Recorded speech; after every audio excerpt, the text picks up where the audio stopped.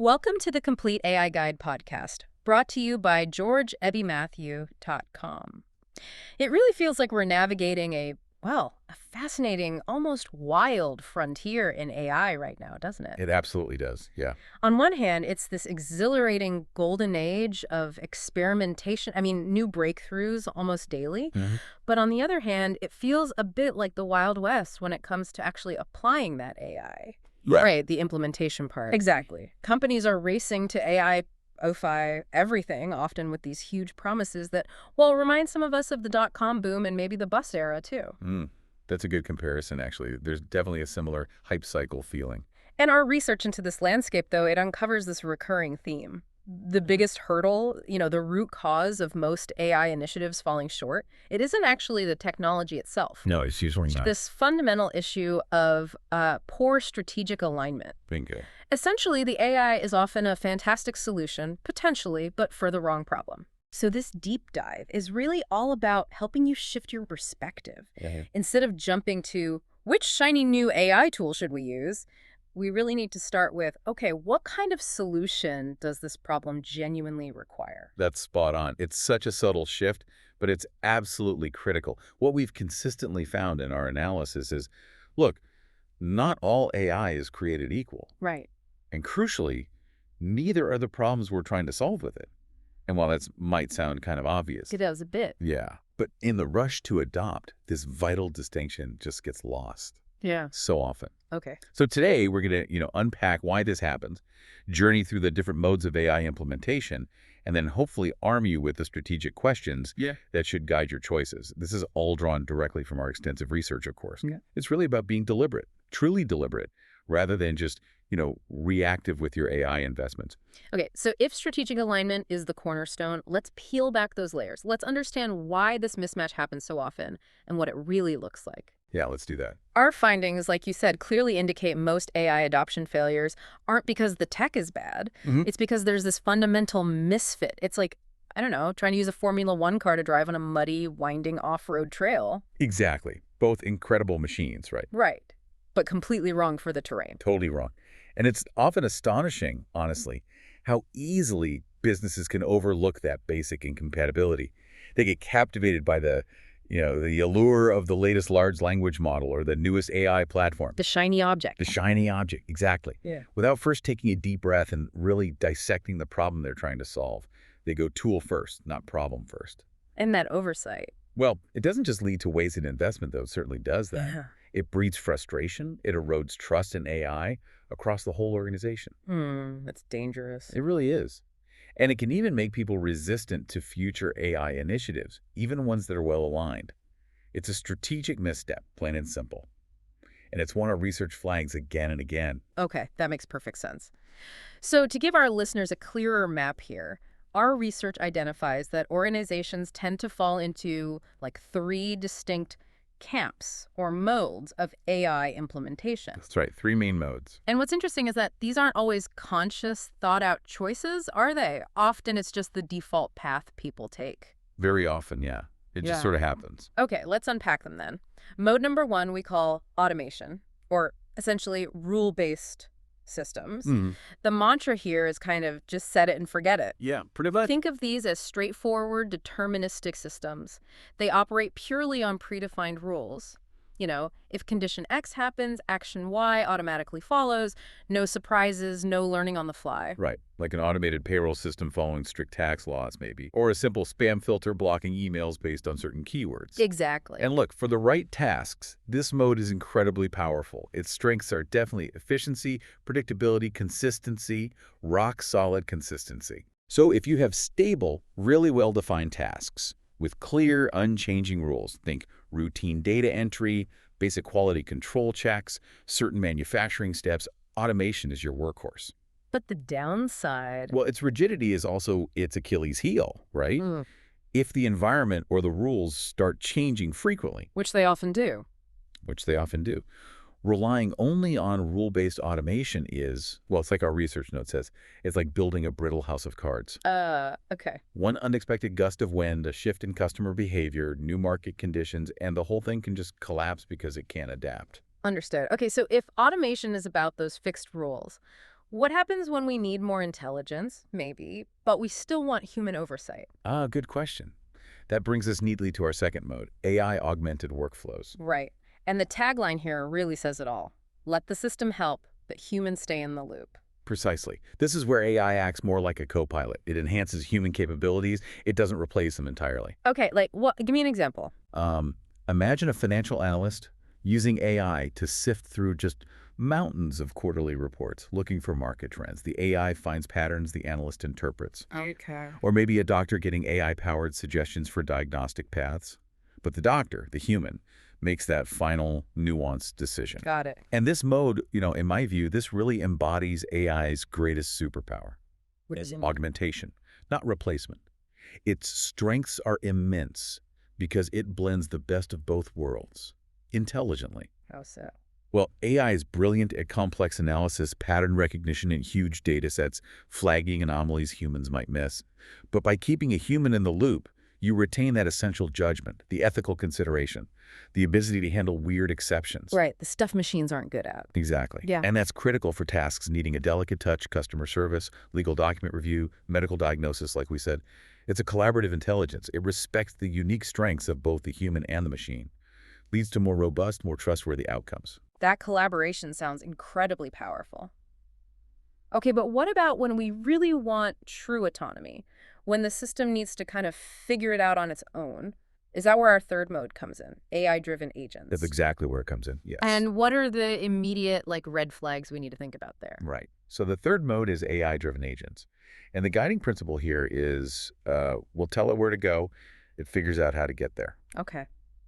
Sounds powerful, but also a bit scary. It can be both. These are sophisticated systems.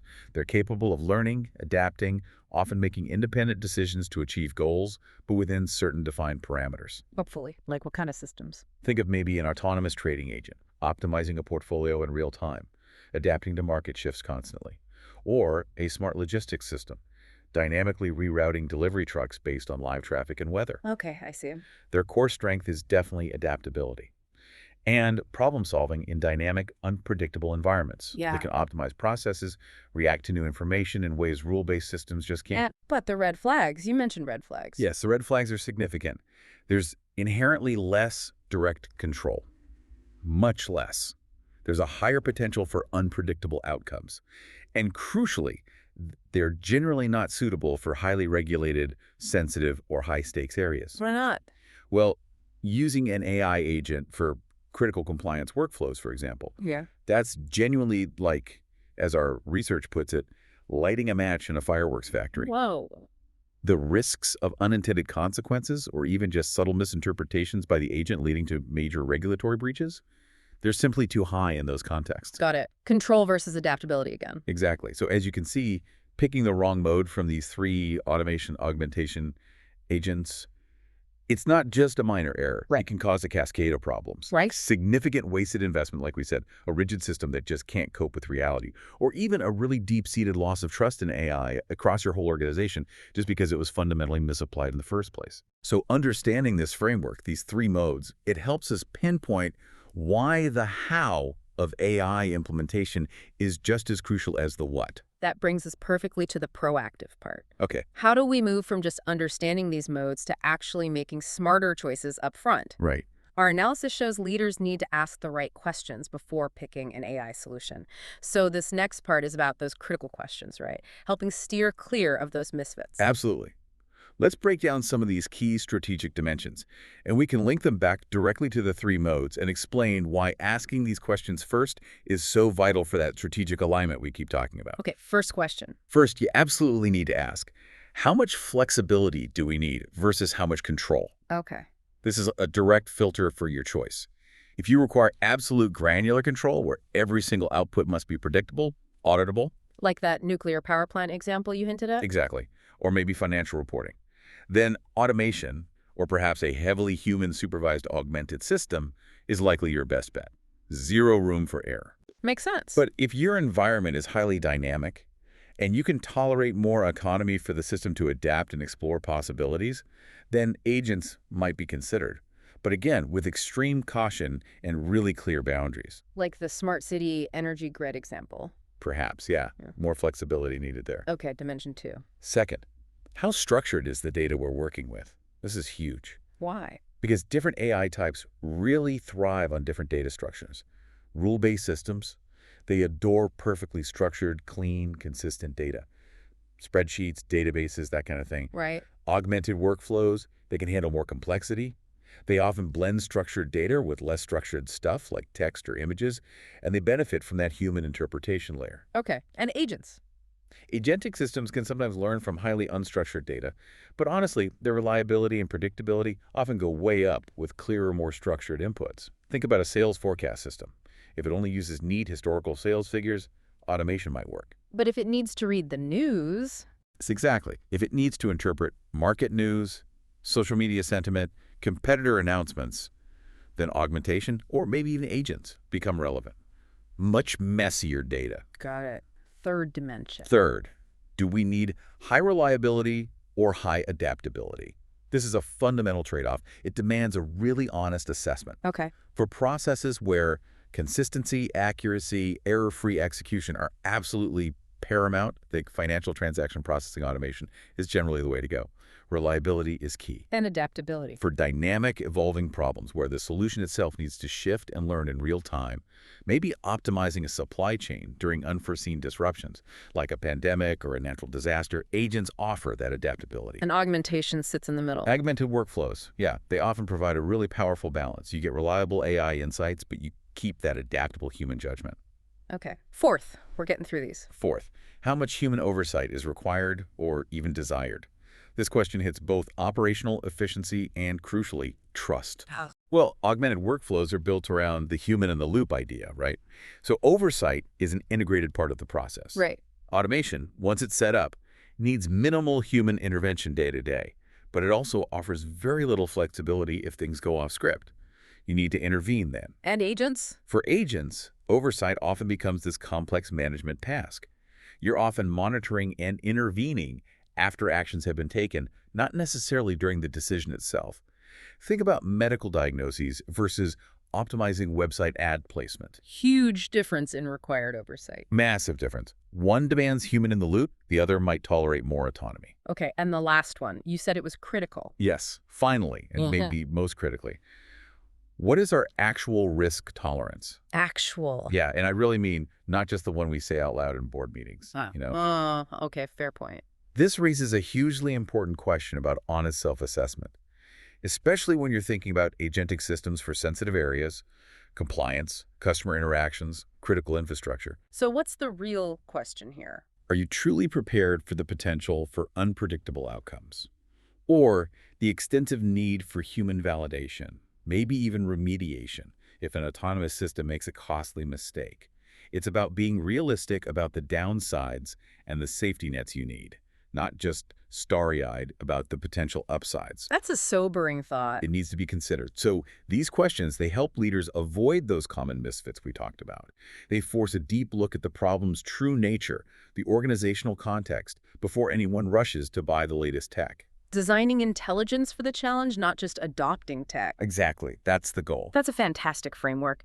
Now let's get into some real talk from the research, some concrete examples of that poor strategic alignment, the kind of misfits that really derail AI initiatives and frankly make headlines for all the wrong reasons. Indeed. And our findings highlight these specific scenarios precisely because they are so common and often so costly. Like the first one. Okay, so for example, if you're deploying an AI agent, remember, the kind that learns and adapts independently to handle tightly regulated compliance workflows. Uh-oh. Uh-oh is right. That is unequivocally, like we said, lighting a match in a fireworks factory. Why is it so bad? The lack of direct control. The potential for unexpected interpretations or actions by the agent. It just makes the risk completely unacceptable in such a critical, non-negotiable area like compliance. You need absolute predictability and auditability there. You need control, not adaptability. Got it. What's another common misfit?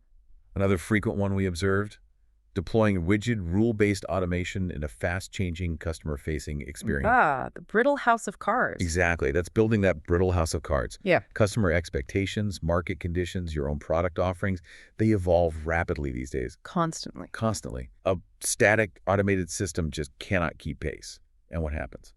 Frustrating impersonal interactions, terrible customer experience. And people stop using your service. Precisely. A breakdown of trust.